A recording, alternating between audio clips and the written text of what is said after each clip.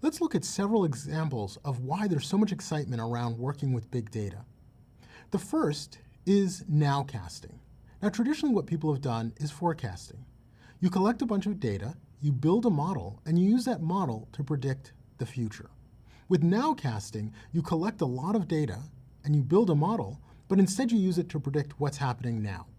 So the example we're going to use is Google flu trends.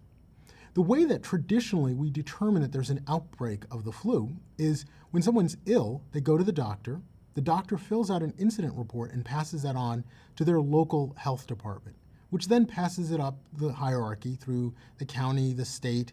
Eventually, it reaches the Centers for Disease Control in Atlanta, Georgia.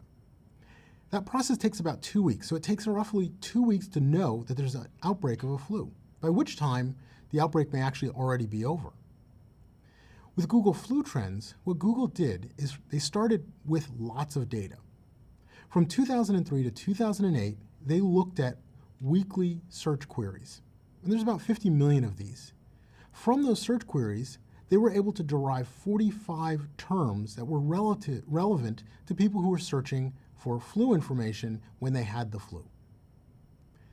They used this to build a model. The model was very accurate. In February of 2010, it was able to detect an outbreak 2 weeks ahead of CDC data. Now, initially, the model was about 97% accurate. But during the period from 2011 to 2013, it overestimated the prevalence of flu, including an interval in the 2012 to 2013 period where it was off by a factor of 2.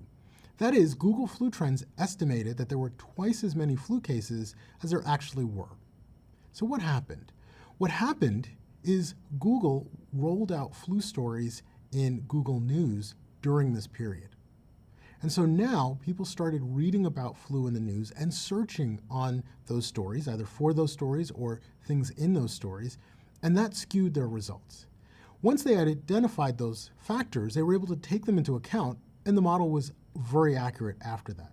And in fact, today, the model is being used, new types of models are being used to estimate which cities are most at risk for the spread of the Ebola virus.